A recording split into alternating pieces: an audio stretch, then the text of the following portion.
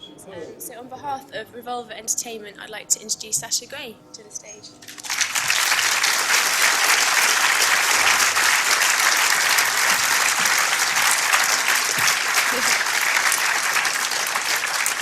Welcome.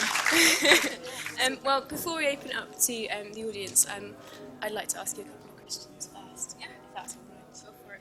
And my first question is quite an obvious one, but how did you get involved in the project? And Steven Soderbergh phoning you up and asking you to get involved must have been quite something. Well, as most people here probably have already read this a million times, and I should probably be getting royalties for telling this story. But I did this huge piece for the Los Angeles Magazine back in 2006, and Steven and the co-writer of GFE, Brian Koppelman, read this article.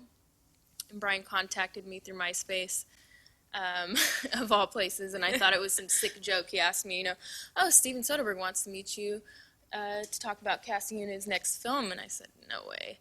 So he had Steven leave me a voicemail first, and then we met up, and that was pretty much it. And what was it like meeting Steven Soderbergh for the first time?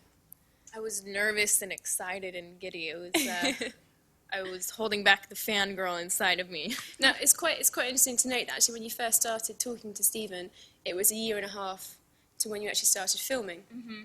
And actually when you kind of started shooting the film in late 2008, there was definitely a kind of a political edge to it, obviously with the economic climate. But that wasn't necessarily something you'd spoken about when you first started with the project. No, not at all. Unfortunately, but fortunately for the film, we started shooting the week the economy crashed, and when you're dealing with characters such as Chelsea's clients who make a lot of money and spend a lot of money, that's their primary concern. Are you pleased with the film, and is it kind of what you expected when you first took on the project with Steven? I guess, a good couple of years ago now. Right. No, I mean, shot this last October, so it's the most surprising thing for me was the editing, because we shot the film chronologically, which is rare for any film, obviously.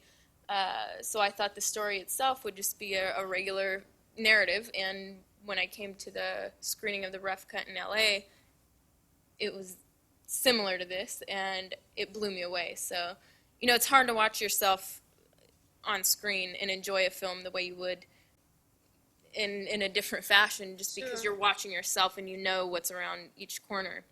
So for me, it kind of broke the film up, and I didn't know what to expect.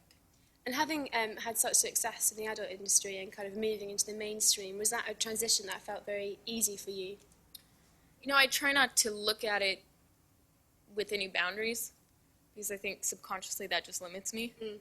And, if you're limited, if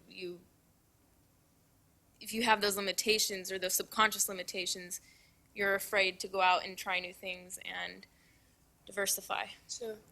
Well, I don't want to rabbit on all night, and there are people with microphones, so if anyone would like to ask a question, put your hand up.